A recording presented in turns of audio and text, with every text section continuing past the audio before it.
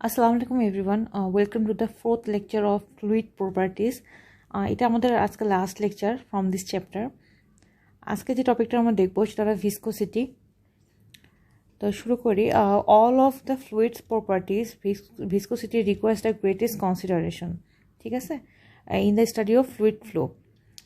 Viscosity is derived from the word viscous, which means sticky or adhesive. ঠিক আছে, sticky or adhesive মানে আঠালো। ঠিক আছে, ভিসকোসিটি মানে তাহলে বোঝাচ্ছে যে something that is sticky. Viscosity can be defined as the properties of fluid by virtue of which it offers resistance to the shear or relative motion of adjacent layers. যেহেতু এটা আমরা বুঝতেছি যে ভিসকোসিটি মানে স্টিকি, সো যদি কোনো একটা জিনিস যদি স্টিকি হয় সো অবশ্যই সেটা শেয়ারের উপর একটা রেজিস্ট্যান্স দেবে। Okay, so viscosity of a fluid is a measure of its resistance to flow. তাহলে আমরা ভিসকোসিটি ডেফিনেশনটা এখান থেকে পড়ে নেব। আচ্ছা, for a highly viscous fluid at low velocities the fluid flows in parallel layers. তার মানে যদি কোনো ফ্লুইড হাইলি ভিসকাস হয় এবং সেটা যদি লো ভেলোসিটিতে ফ্লো করে তাহলে আমরা বলবো যে ফ্লুইডটা আসলে ফ্লুইডের লেয়ারগুলো প্যারালালি ফ্লো করতেছে। এবং for this type of flow Newton postulated that the shear stress on an interface tending to the direction of flow is proportional to the spatial rate of change of velocity অথবা velocity gradient। আচ্ছা, এই particular fluid যেটা highly viscous এবং লো ভেলোসিটিতে flow করে তার জন্য নিউটনের একটা স্বীকার্য প্রস্তাব করেছেন, সেটা হলো যে এইসব ফ্লুইডের ক্ষেত্রে shear stress is proportional to special rate of change of velocity. Okay, যদি ম্যাথমেটিক্যালি বলতে চাই তাহলে আমরা লিখতে পারি tau is equal to d u by d y. আচ্ছা, টাউ মানে শেয়ার স্ট্রেস, ডিইউ মানে change in velocity, and d y মানে উইথ রেসপেক্ট টু স্পেশাল মানে বোঝাচ্ছে যে কোনো একটা স্পেসের উপর। ঠিক আছে, তাহলে এই প্রপোর্শনালটাকে আমরা একটা যদি উঠায় দেই তাহলে একটা কনস্ট্যান্টে রিপ্লেস করতে হবে, সেটাকে আমরা মিউ দিয়ে রিপ্লেস করলাম। Okay, mu is the constant of proportionality, is known as coefficient of viscosity, dynamic viscosity or absolute viscosity, simply viscosity. তার মানে দেখেন এই মিউরই 4টা নাম আছে, সো এটা আপনাদের এমসিকিউতে আমি দিতে পারি। ইকুয়েশন 1.7 ইজ দ্য নিউটনস ল।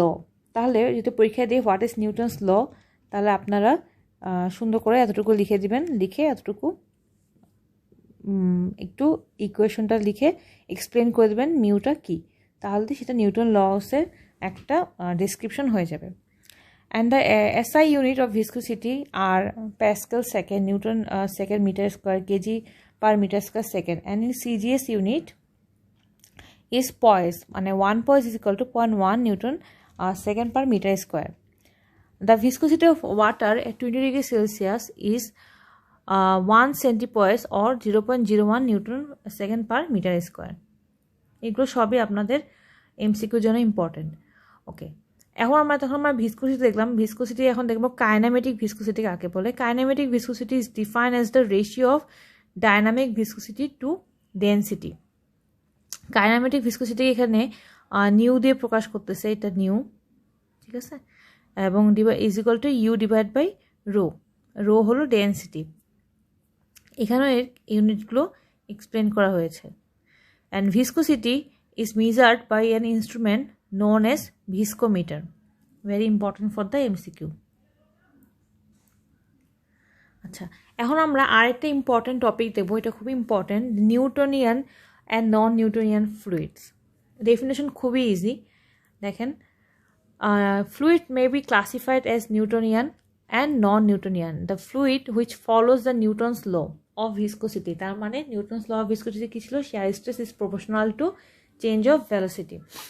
যদি এই লটা কোনো ফ্লুইড ফলো করে তাহলে সেটাকে আমরা বলবো Newtonian fluid, And for this fluid there is a linear relationship between the magnitude of applied stress and the resulting rate of deformation. তার মানে কি এই নিউটোনিয়ান ফ্লুইডের ক্ষেত্রে যদি আপনি ফ্লুইডের উপর কোনো স্ট্রেস দেন তাহলে সেটা প্রপোর্শনালি ডিফর্ম করবে. Gases, thin liquids like water, kerosene, air, etc. tend to be Newtonian. The fluid which do not follow the Newton's law of viscosity are known as non-Newtonian fluid. Thick long chain hydrocarbons like long chain hydrocarbons ki যেমন petrol, diesel, like suspensions, solution of graphite, solution of polymers, blood may be non-Newtonian fluid. তো আমরা এখান থেকে এতটুকু পড়ে নিব, আমি এটা মার্ক করে দিয়েছি. ওকে, তারপর দেখব the effect of temperature on viscosity. The viscosity of liquid decreases, that of gases increases with the increase in temperature. The viscosity of liquid is mainly due to intermolecular cohesion which decreases with the increase of temperature. আচ্ছা, লিকুইডের ক্ষেত্রে যদি আমরা temperature increase করি ভিসকসিটি কমে যাবে, কারণ লিকুইডের যে viscous প্রপার্টিটা সেটা আসলে ডেভেলপ করে ডিউ টু কোহেশন, মানে লিকুইডের মধ্যে যে মলিকুলগুলো আছে সেই মলিকুলগুলোর মধ্যে যে অ্যাট্রাকশন সেটার কারণে সেই লিকুইডটা ভিসকাস হয়. সো সেটাকে যদি আমি টেম্পারেচার দেই তাহলে ওই অ্যাট্রাকশনটা কমে যাবে, মলিকুলার অ্যাট্রাকশনটা কমে যাবে, আর অ্যাট্রাকশন যদি কমে যায় তাহলে ভিসকোসিটিও কমে যাবে. On the other hand, the viscosity of gas is mainly due to transfer of momentum of molecules. When temperature is raised, the momentum molecular activity increases and more transfer of momentum take place. Consequently, the viscosity of gases increases with the increase in temperature. আচ্ছা, এটা আমি explain করে দিই. গ্যাসের ক্ষেত্রে ভিসকোসিটিটা develop করে due to change in momentum, ঠিক আছে, ট্রান্সফার অফ মোমেন্টাম, মানে গ্যাসের পার্টিকেলগুলো তো কন্টিনিউয়াসলি মুভ করতেছে, সো তাদের একটা মোমেন্টাম ডেভেলপ করে এবং সেই মোমেন্টামটা তারা এক পার্টিকেল থেকে আরেক পার্টিকেলে ট্রান্সফার করে, যার কারণে তারা ভিসকাস হয়. এখন যদি আমি টেম্পারেচারটা ইনক্রিজ করে দিই তাহলে গ্যাসের পার্টিকেলগুলোর অ্যাক্টিভিটি আরও বেড়ে যাবে, এবং অ্যাক্টিভিটি আরও বেড়ে গেলে মোমেন্টাম বেড়ে যাবে এবং ট্রান্সফার অফ মোমেন্টামও ইভেনচুয়ালি বেড়ে যাবে. So at the end viscosity বেড়ে যাবে with the increase in temperature. So এটা খুবই খুবই ইম্পর্টেন্ট একটা জিনিস, পরীক্ষায় আমি দেওয়ার চান্সেস অনেক high. The effect of pressure on viscosity. The change of pressure does not affect the viscosity appreciably under normal condition. তার মানে প্রেশারে কোনো ইফেক্ট নাই ভিসকোসিটির উপর. তারপর টপিকটা হলো ideal and real fluid. An ideal fluid has no viscosity and surface tension and is incompressible. ঠিক আছে, তাহলে আইডিয়াল ফ্লুইডের ডেফিনেশনটা কি? যার ভিসকোসিটি নাই, সারফেস টেনশন নাই এবং যেটা ইনকম্প্রেসিবল, তার মানে যেটাকে আমরা কম্প্রেস করতে পারবো না. No resistance is offered when such fluid flows. তার মানে এই ফ্লুইড যখন প্রভাবিত হয় তখন কোনো রেজিস্ট্যান্স সে ইম্পোজ করে না. No such fluid exist in nature. অবশ্যই আইডিয়াল ফ্লুইড নেচারে এক্সিস্ট করে না. The assumption of ideal fluid helps in simplifying the mathematical analysis. যদি আপনার রিসার্চে যান অথবা কোনো মডেল ডেভেলপ করতে চাচ্ছেন রিসার্চের থ্রুতে, তাহলে দেখবেন সেখানে যদি আমি আইডিয়াল ফ্লুইড কনসিডার করি তাহলে আমার রিসার্চটা, আমাদের অ্যানালাইসিসটা অনেক বেশি ইজি হয়ে যায়. সো আইডিয়াল ফ্লুইড শুধুমাত্র অ্যাজাম্পশনে এক্সিস্ট করে, not in real life. Real fluid are those which have viscosity, surface tension and compressibility in addition to its density. তাহলে রিয়াল ফ্লুইডে চারটা প্রপার্টি থাকবে. একটা হলো viscosity, surface tension, compressibility and density. In real fluid, some shear stress will exist and some frictional work will be done. তার মানে Real fluid যখন প্রভাবিত হবে তখন অবশ্যই সে কিছু শেয়ার স্ট্রেসের সম্মুখীন হবে এবং কিছু ফ্রিকশন ডেভেলপ করবে. Such fluid at rest cannot sustain, since fluid at rest cannot sustain shear stress, every fluid acts as an ideal fluid when it is at rest.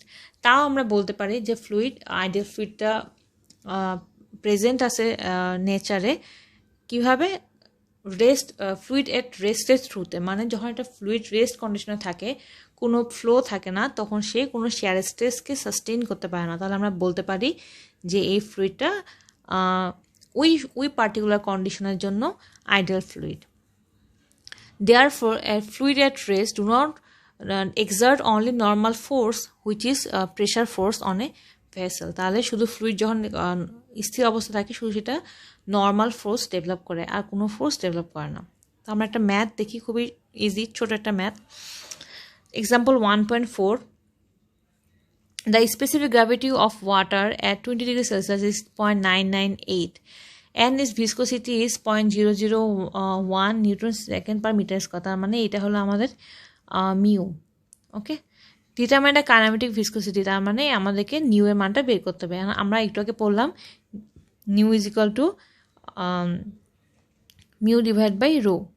ওকে, এখন রো আমরা জানি পানির ভিসকোসিটি, আপনি চাইলে রো এর মানটা directly 1000 KG per metre cube লিখতে পারেন, ঠিক আছে, কারণ আর পানির ডেন্সিটি আমরা জানি 1000 কেজি পার মিটার কিউব, অথবা এই সূত্রটা ইউজ করেও আমরা 998 কেজি পার মিটার কিউবও লিখতে পারবো। জাস্ট মানটা ইনপুট দিয়ে আমরা এখান থেকে নিউ এর মানটা বের করে এটাই হলো আমাদের অ্যান্সার, ঠিক আছে। সো আশা করি চ্যাপ্টারটা আপনারা ভালো মতো বুঝতে পারছেন। এই চ্যাপ্টারটা অনেক ইম্পর্টেন্ট, কারণ এখানে আমাদের অনেক বেসিক ডেভেলপ হচ্ছে। তাও কোনো কনফিউশন থাকলে আমাকে অবশ্যই জানাবেন। আল্লাহ হাফেজ।